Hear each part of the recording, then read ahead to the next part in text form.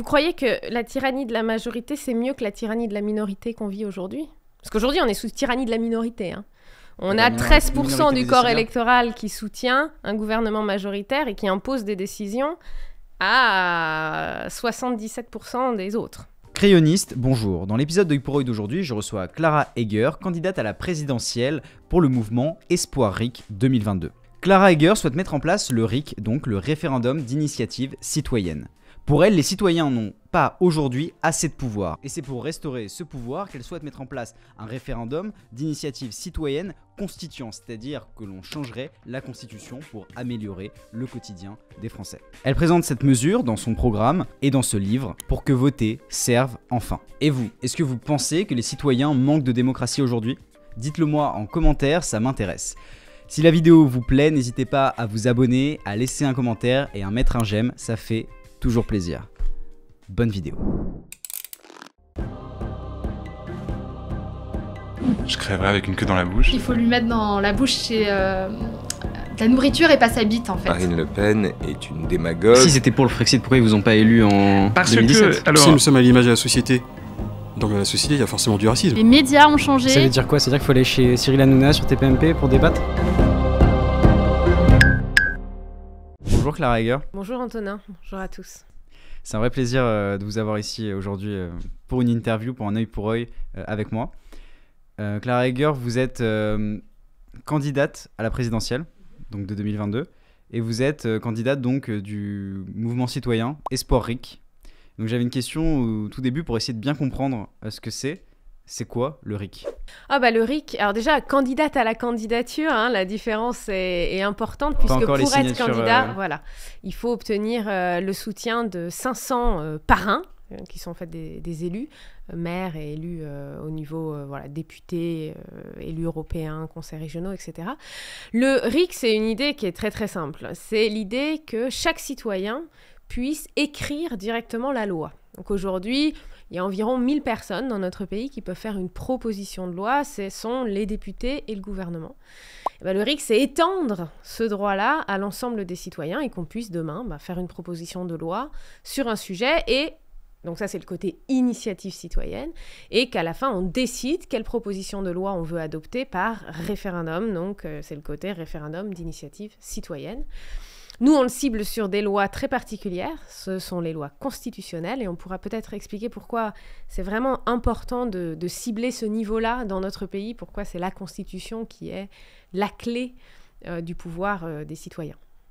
Est-ce que ça existe dans d'autres pays? Oui, ça existe. Alors, le RIC constituant qui permet de changer la Constitution existe dans 11 pays, notamment en Uruguay, en Suisse. L'exemple le plus connu pour nous en France, c'est les Suisses, en fait. Ça fait tout de suite référence à... Mais on a aussi, ça existe en Asie, dans les îles Palau, en Micronésie. Et puis, si on étend à d'autres formes de RIC, où l'initiative, elle permet d'abroger une loi, de révoquer un élu ou d'écrire la loi ordinaire, non constitutionnelle, là, on parle de 36 pays, dont 18 le pratiquent très très régulièrement.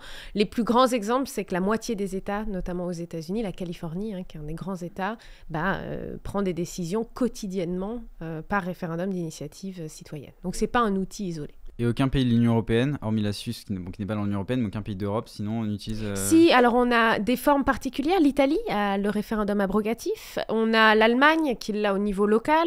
On a les Pays-Bas, là où je travaille, qui ont une forme de référendum aussi, qui ont eu le référendum abrogatif consultatif et qui l'ont aussi au niveau local.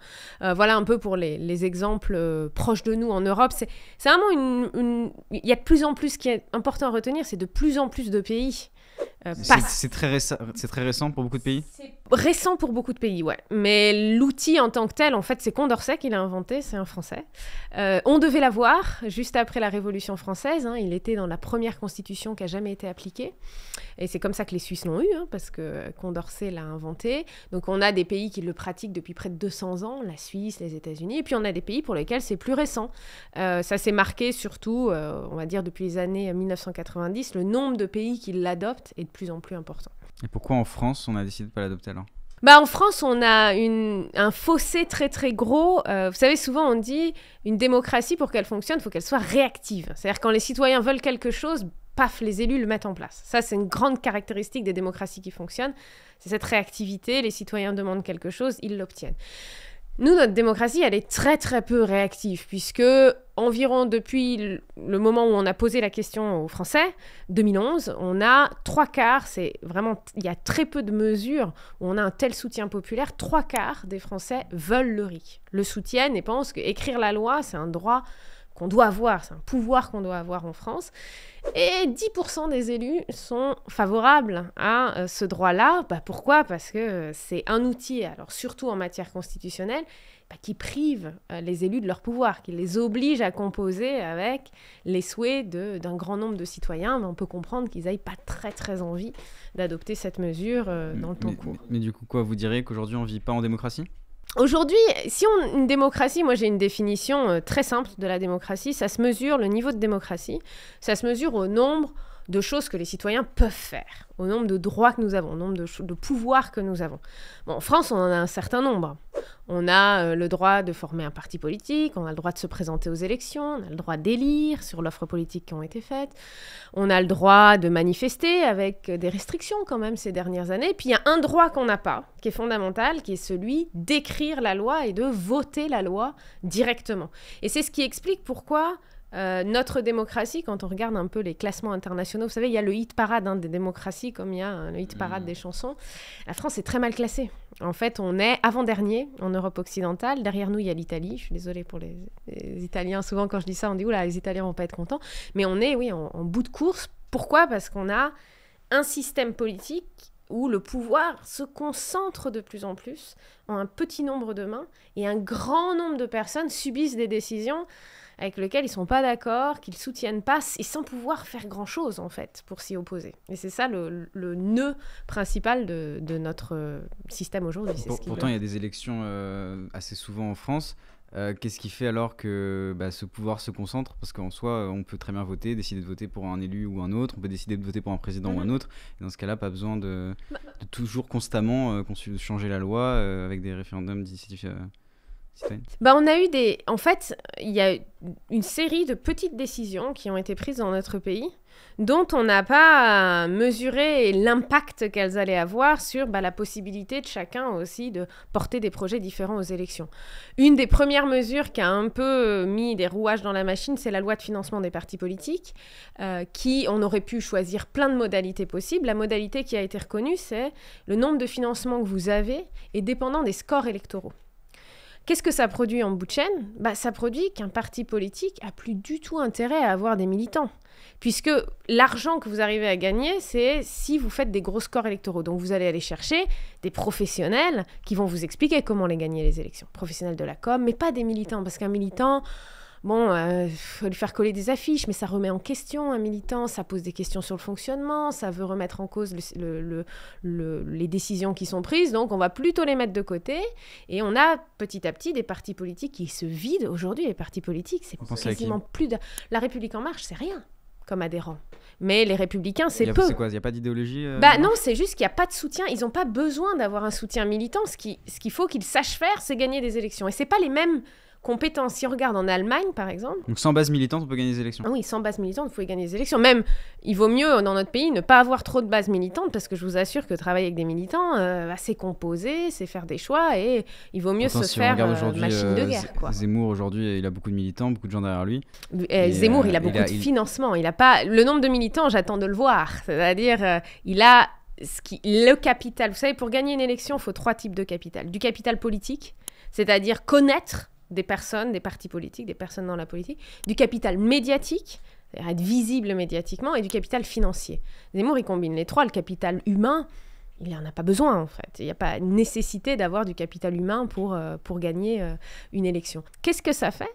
Ça fait que si vous arrivez à la présidentielle, on a toute une série de candidats qui s'engagent sur des promesses qu'ils ne peuvent pas réaliser sans gagner les législatives, puisqu'aujourd'hui, si vous lisez la Constitution, et franchement, j'invite tout le monde à le faire, vous cherchez président dans la Constitution, vous allez voir, ces fonctions sont très limitées, c'est des fonctions d'arbitrage. Moi, j'entends aucun candidat dire « Ah oui, alors, moi, je suis un arbitre de ce type, voilà, gardien de la Constitution, pour moi, ça veut dire ça. » Non, ils parlent de tout et n'importe quoi, mais pas des fonctions du président. Pourquoi ? Parce qu'ils sont déjà dans une logique de cumul des pouvoirs. Ils disent, je vais changer votre vie, donnez-moi le maximum de pouvoir. Et du coup, ce qui se passe, c'est qu'il n'y a plus de campagne aux législatives et que les personnes qui étaient proches du parti, qui n'ont pas gagné la présidentielle, ils s'abstiennent. Donc au final, on a vraiment une concentration du pouvoir où on a un président d'une couleur politique, une assemblée d'une couleur politique. Et comme le Premier ministre, il dépend de la couleur de l'Assemblée, un Premier ministre de la même couleur politique, vous avez tout le cumul. Vous pouvez faire ce que vous voulez. Et c'est ce qui explique pourquoi aujourd'hui, on a un Parlement qui enregistre en fait les décisions du gouvernement, qui ne conteste pas. Parce que il est majoritairement de la même couleur. Il a été voté majoritairement par le peuple français, en soi. Donc, il a été voté... Non, attention, il faut faire attention. Par l'effet du système électoral et de l'abstention, aujourd'hui... La République En Marche et l'Union démocratique du centre, cette alliance, a 60% de l'Assemblée nationale, avec le soutien de 13% du corps électoral. 13%. C'est pas la majorité. C'est pas parce que vous êtes majoritaire au second tour d'une élection que vous êtes majoritaire dans la population des ayants droit au vote. Et ça, c'est un problème de notre système. Mais là, c'est une question de proportionnel ou pas proportionnel dans les élections législatives. Parce que s'ils ont été élus, c'est que des individus ont voté pour eux. Alors certes, du coup, au second tour, très certainement, ils n'avaient pas voté initialement pour eux, mais de fait, ils ont gagné ces élections-là. Après, il faudrait peut-être revoir dans ce cas-là le système des élections. Mais est-ce qu'on peut dire que c'est antidémocratique dans ce cas-là ? On peut dire que c'est oligarchique. C'est-à-dire qu'on a un système qui produit... Et ça, c'est pas propre à la France. La France est un exemple très marqué en Europe. Mais tous les systèmes représentatifs ont cette dérive-là possible. C'est d'ailleurs une dérive oligarchique où on a un petit nombre de personnes qui exercent tous les pouvoirs. Pourquoi ? Parce que les partis politiques se présentent à toutes les élections et on veut cumuler tous les pouvoirs. Donc on a vraiment cette dérive-là. Et aujourd'hui, c'est quand même très problématique. Vous savez, quand on fait un peu des comparaisons internationales, c'est mon travail. Des situations où on a un parti majoritaire avec le soutien d'une si faible minorité, c'est presque des situations de guerre civile en bout de course. Ça existe, ça explique pourquoi, en fait, un président qui est élu sur cette base-là, derrière, il va subir une contestation le lendemain de son élection très forte parce que, en fait, il n'est pas majoritaire. Le gouvernement qui est mis en place n'a pas le soutien de la majorité des citoyens. Donc, il y a plus démocratique. Effectivement, vous citiez les pays où il y a la proportionnelle, résistent plus démocratiquement. On a beaucoup plus d'inclusion. Nous, notre système... Mais pourtant, ils sont plus sensibles à l'instabilité politique aussi, notamment en Italie. Ils sont plus sensibles à l'instabilité gouvernementale, mais attention, ça veut pas dire que les décisions qui sont prises ne sont pas stables. Puisque quand vous êtes obligé pour pouvoir gouverner, de prendre en compte des alliances très larges, ça veut dire que les décisions que vous prenez, c'est des décisions qui ont des soutiens très forts, majoritaires. Or, les majorités, elles changent rarement du tout au tout. Donc, on peut avoir... Souvent, quand on dit instabilité, ça aussi, c'est le grand mythe qu'on nous a vendu. « Oh là, la proportionnelle, c'est instable. » Non, en fait, c'est des gouvernements qui chutent, c'est des alliances qui changent. Pourquoi ? Parce que, entre deux élections, les opinions changent. Et un gouvernement qui était au début d'un mandat majoritaire peut perdre cette majorité et doit composer avec d'autres partis. C'est ça, la démocratie aussi. C'est de devoir faire des alliances qui changent. Mais ça ne veut pas dire que les politiques sont instables. Notre pays... Ce sont des politiques très, très instables. Nous, on est dans une logique de coup de balancier, puisque vous avez des alternances politiques qui reviennent à dire « Ok, on change tout, parce qu'on va récompenser notre clientèle électorale qui n'a pas eu le pouvoir jusqu'à présent. » Donc, coup de balancier dans un sens, coup de balancier dans l'autre. On est dans une logique de politique très, très, très instable dans notre pays. Très récemment, il y a vous avez cité tout à l'heure un chiffre, 90% je crois des Français qui seraient... 75% des Français qui seraient favorables au RIC. Pourtant, très récemment, il y a une candidate, Charlotte Marchandise, qui s'est présentée à la primaire populaire et elle est arrivée avant-dernière. Derrière Yannick Jadot, Jean-Luc Mélenchon, Christiane Taubira.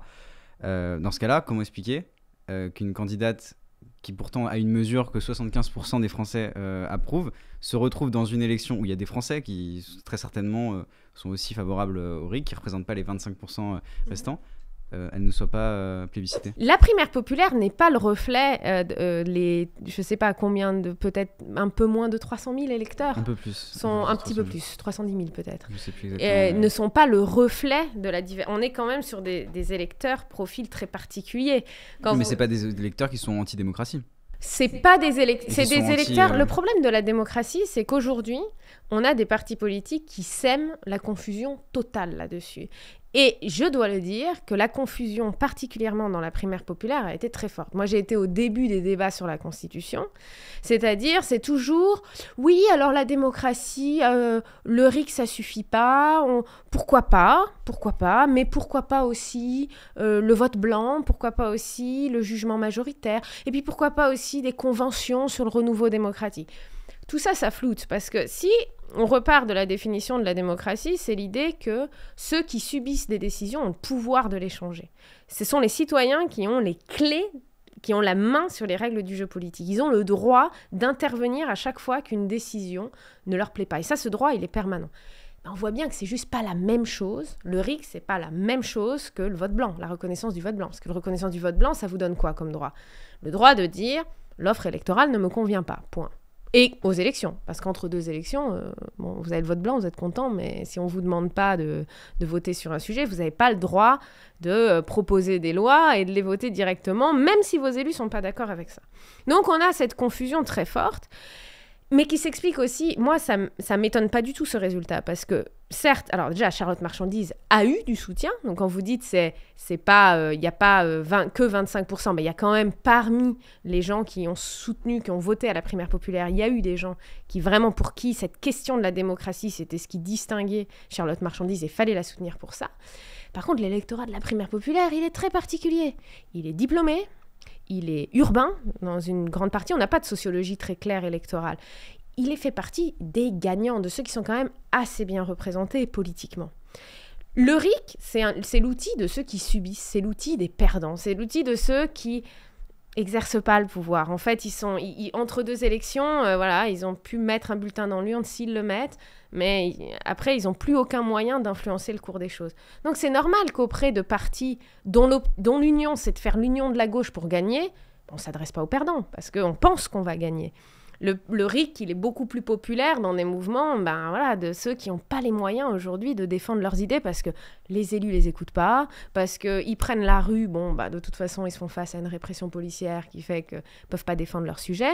Donc, il faut regarder, vraiment, il est pas soutenu par tout le monde, c'est vrai. Et en tout cas, les 25% qui ne le soutiennent pas, c'est des gens qui sont plutôt satisfaits de la représentation politique comme elle fonctionne, qui ont accès à la possibilité alors soit ça leur va bien comme ça marche, soit ils ont accès, peuvent changer les choses. Est-ce que on s'expose pas, avec le RIC, à une tyrannie de la majorité, comme disait Tocqueville, c'est-à-dire la majorité qui décide tout le temps pour tout et oublie certains droits qu'on doit accorder à des minorités pour que justement la société puisse fonctionner correctement et qu'on vive tous ensemble. Mais vous croyez que la tyrannie de la majorité, c'est mieux que la tyrannie de la minorité qu'on vit aujourd'hui ? Parce qu'aujourd'hui, on est sous tyrannie de la minorité, hein. On a 13% du corps électoral qui soutient un gouvernement majoritaire et qui impose des décisions à 77% des autres. Donc aujourd'hui, on est dans une situation où une minorité exerce tout le pouvoir et l'impose à la majorité. Ça, c'est pour la boutade. Non, mais ma question, c'était est-ce qu'une majorité de citoyens va considérer la minorité qu'ils ne voient pas forcément et à laquelle des élus ou des personnes dont la responsabilité est de voter des lois, eux ont ce rôle et cette tâche de penser aussi à d'autres personnes qui ne sont pas ni eux ni le peuple de manière large, et donc ne pas oublier cette minorité. Alors, il y a plusieurs réponses à faire sur ce sujet. Je pense que vous avez un peu une vision de l'homme politique, vous savez, omniscient, c'est-à-dire qui est capable de penser à tous les intérêts des uns et des autres, de la minorité. Ça n'existe pas, hein. C'est impossible. Quand vous prenez une décision, vous avez un certain nombre d'intérêts en tête, alors souvent ceux qui vont vous réélire, ça c'est vrai, hein. Et bien c'est sûr, difficile d'imaginer quelle est... En fait, pour savoir ce que veut la minorité, il faut la laisser porter ses projets. Et le RIC, c'est un outil très fort pour que la minorité mette sur l'agenda des choses que... Et comment elle fait si elle est minoritaire ? Parce que justement, c'est le parti initiative. C'est-à-dire, la partie initiative, c'est de dire, on garantit un droit à une minorité de citoyens de défendre une mesure. Nous, c'est 700 000 citoyens. Donc 700 000 citoyens, s'ils se reconnaissent dans une proposition, ils peuvent la mettre à l'agenda public. Vous savez, ça aurait des effets très forts sur des choses... par exemple, on a beaucoup parlé des dom-toms. Et pourquoi aujourd'hui, la politique métropolitaine ne reflète pas du tout les préoccupations de ces territoires ? Pourquoi ? Parce que ces territoires-là, ils n'ont aucun moyen d'influencer directement la production législative.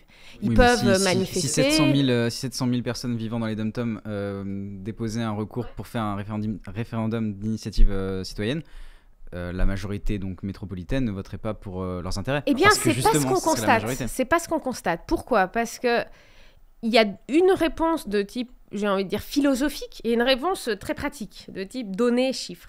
La réponse philosophique, c'est Condorcet disait, celui qui a inventé le RIC, les meilleurs garants de la protection des droits, ce sont les citoyens eux-mêmes. Pourquoi ? Parce que, en fait, il y aura toujours un moment dans votre vie où vous allez vous retrouver du côté de la minorité. C'est-à-dire que oppresser une minorité, c'est pas très bon parce que vous êtes peut-être dans la majorité sur la politique économique, mais vous allez être dans la minorité sur la reconnaissance, par exemple, des droits aux minorités sexuelles. Donc, en général, c'est pour ça que les citoyens sont très opprimés les minorités, et plutôt pas, parce qu'on sait pas après, nous, quand on sera du côté de la minorité, qu'est-ce qu'elle sort. Donc, on est plutôt dans une logique de dire, j'accommode, si votre proposition est pas trop extrême, on peut voir. Et c'est ce qui explique pourquoi, factuellement, tous les pays qui ont le RIC constituant, dans leur région, sont ceux qui protègent le plus le droit des minorités et les droits humains. La Suisse, vraiment top 5 des pays en Europe. L'Uruguay, en Amérique latine, top 5. Vraiment les pays qui protègent le plus les droits individuels. Top 1 même. C'est vraiment les pays où la protection des minorités et des droits individuels sont les plus forts. Est-ce que Clara Heger et que vous qui êtes démocrate, je vous pose cette question parce que dans votre justement sur votre site, vous dites tout candidat qui ne souhaite pas donner le pouvoir constituant au peuple en 2022, tout candidat qui ne souhaite pas faire du RIC la première mesure de son mandat avant les législatives, alors ce n'est pas un candidat ce n'est pas un candidat démocrate, évidemment c'est un candidat antidémocrate et anti-républicain qui alors excusez-moi, j'arrive plus qui antidémocrate sans doute, anti-républicain. Vous dites antidémocrate et anti-républicain qui ne méritent ni le vote ni la confiance. Oui, c'est vrai. Non, moi, j'assume complètement ces propos. Je crois que l'idée, c'est de dire... Vous savez, quand on veut marquer... Une campagne politique, c'est aussi prendre des positions claires pour arrêter la propagation de fake news dans notre pays. Et là, les numéro 1 de la propagation de fake news sur la démocratie, c'est... les médias, notamment Le Monde, Libération, les médias, on va dire, mainstream, et les responsables politiques. Et la démocratie, c'est tout et n'importe quoi. La démocratie, si on est démocrate, alors on n'a aucun problème à se placer sous le contrôle permanent des citoyens. Parce que on peut se dire, mais ouais, je suis pas omniscient en fait. Il y a peut-être des bonnes idées qui vont émerger et ça m'aide d'être dans mes fonctions d'élu. Ça m'aide d'avoir des citoyens qui puissent proposer, être actifs, me rappeler à l'ordre quand je vais trop loin. Si on défend la démocratie et pas son intérêt partisan, et c'est l'idée de prendre le pouvoir, alors on peut pas s'opposer. Et d'ailleurs, vous remarquerez, personne aujourd'hui... Le RIC, je voyais un article dans Libération, le RIC est partout. Personne aujourd'hui, aucun responsable politique dit je suis contre le RIC. Non, c'est une bonne idée. Bon, par contre, il ne faut pas que ça. Alors, les engagements sont peu clairs. Mais la démocratie, c'est ça. C'est qu'un responsable politique se soumette au jugement des citoyens de façon permanente. Oui, mais alors justement, vous vous présentez à la présidentielle. Alors certes, vous attendez les signatures des maires. Je vous le souhaite de les avoir. Mais même si vous les avez...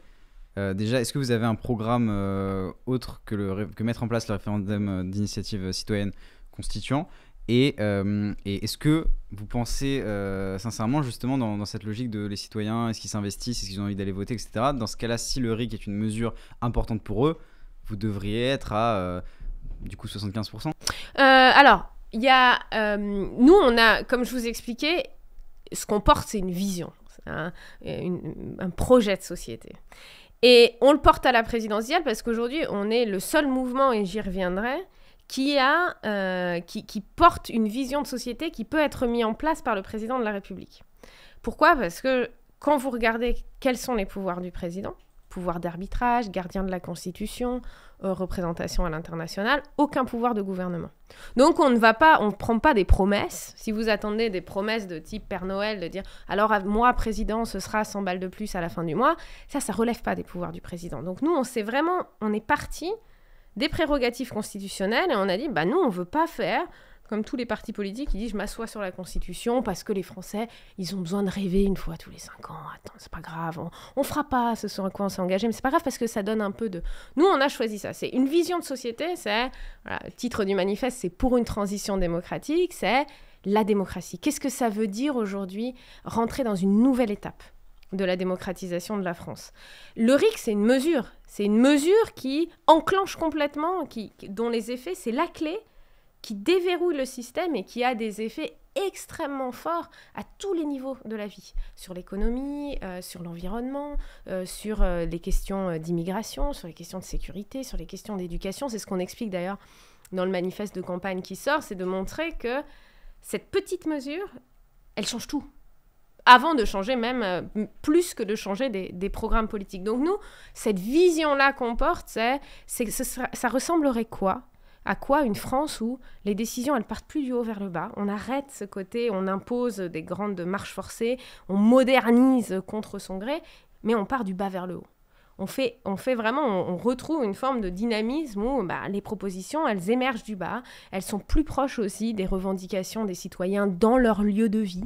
On retrouve des contre-pouvoirs locaux avec des communes qui rejouent leur rôle. Ça ressemblerait à quoi ? C'est ça qu'on défend. C'est-à-dire, c'est ça. Une France par le bas avec du débat démocratique de qualité où on ne sera pas d'accord sur plein de sujets, mais au moins on en aura discuté et où il y aura une transparence aussi de l'information parce que quand les citoyens décident, la politique est plus transparente, on a plus d'informations sur comment les décisions sont prises. Et puis, on va remettre un peu le sens noble du mot politique au cœur de nos vies, quoi. On va permettre à ce que tout cet activisme citoyen aujourd'hui qui est sous couvercle dans notre pays, parce qu'on a plein d'associations, elles aient enfin les moyens d'influencer le débat public et d'être visibles et de porter leurs revendications. Ça, c'est la vision qu'on porte. C'est vraiment celle-là. La mesure pour obtenir cette vision, c'est le RIC constituant. Et une autre mesure, c'est le RIC constituant, vous savez, c'est donner le pouvoir aux citoyens de faire des propositions. Et à côté de ça, nous, c'est l'idée de dire qu'il faut diviser le pouvoir. Il faut vraiment arrêter cette concentration et donc revenir, expliquer, ça ressemblerait à quoi un président arbitre ? Qu'est-ce qu'il ferait un président arbitre ? Ça veut dire quoi les fonctions d'arbitrage du président, le gardien de la Constitution ? Un exemple assez classique que je donne, c'est un président arbitre, par exemple, quand il sent qu'il y a une minorité qui est vraiment en désaccord avec une mesure, même si lui, personnellement, cette mesure, il la soutient, il a des outils, comme le référendum, comme renvoyer en première lecture une loi à l'Assemblée pour dire « attention là, on est en train de... La situation, elle est explosive parce qu'on ne peut pas écraser une minorité tout le temps. » Donc c'est vraiment retrouver cette dynamique-là, par le bas, respectueuse de la différence d'opinion, et où, c'est une France qui respire, quoi. On arrive à la fin de cette interview, je vais vous poser les 2 dernières questions qu'on posait à tous nos invités. Premièrement, est-ce qu'il y a une personne que vous souhaiteriez voir ici dans cette interview à votre place ? Quelqu'un que vous aimez, quelqu'un que vous aimez pas, peu importe. Moi, je rêverais, vous savez, Espoir RIC, c'est un mouvement où il y a toute une série d'individus qui le font vivre. Et je pense à l'équipe parrainage, on a une personne qui s'appelle Florent, ils sont 3, mais Florent en particulier à Marseille qui fait tout ce boulot de contacter. C'est hyper intéressant de l'entendre dire. On a Raoul qui est ici, qui a écrit le projet de loi, c'est lui qui a écrit le RIC constituant, c'est lui en fait. C'est lui qui l'a écrit, qui l'a pensé, donc il peut vous raconter comment ça s'est passé. On a une Claire et une Florence à la communication qui vous racontent de ce que c'est de se battre contre des médias dominants. Donc moi j'aimerais qu'il y ait une émission qui donne la parole à ces gens-là pour dire c'est quoi en fait de faire de la politique pour un mouvement citoyen. C'est quels obstacles auxquels vous... Donc ça, moi j'adorerais qu'on voie ces gens-là. Ce serait vraiment... C'est entendu, merci. Est-ce que vous avez une citation qui vous accompagne, une phrase que vous aimeriez... Ça c'est une bonne question. Moi j'aime bien celle de je cite souvent, alors il y en a certaines que je cite souvent, il y en a une de Jean-Jacques Rousseau que j'aime bien qui dit enlevez des responsabilités au peuple, il sera irresponsable, donnez-lui des responsabilités, il sera responsable. J'aime bien la partie de dire plus les gens décident et plus ils font des choix éclairés. Et après j'ai une série de citations de Condorcet, mais elles sont un peu arides. Condorcet, c'était pas une écriture, mais sur l'importance de décider en son âme et conscience sur un objet, tout seul dans le calme de sa chambre. C'est un peu des citations qui me portent. Ouais. Merci beaucoup. Merci à vous, Antonin. C'était avec plaisir. Merci. Cet épisode d'Œil pour Œil est terminé, j'espère qu'il vous a plu. Si c'est le cas, n'hésitez pas à vous abonner, à activer la petite cloche pour être notifié lorsqu'une prochaine vidéo sortira, à mettre un j'aime et à nous laisser votre avis en commentaire, ça nous intéresse. C'était Antonin pour Le Crayon, salut.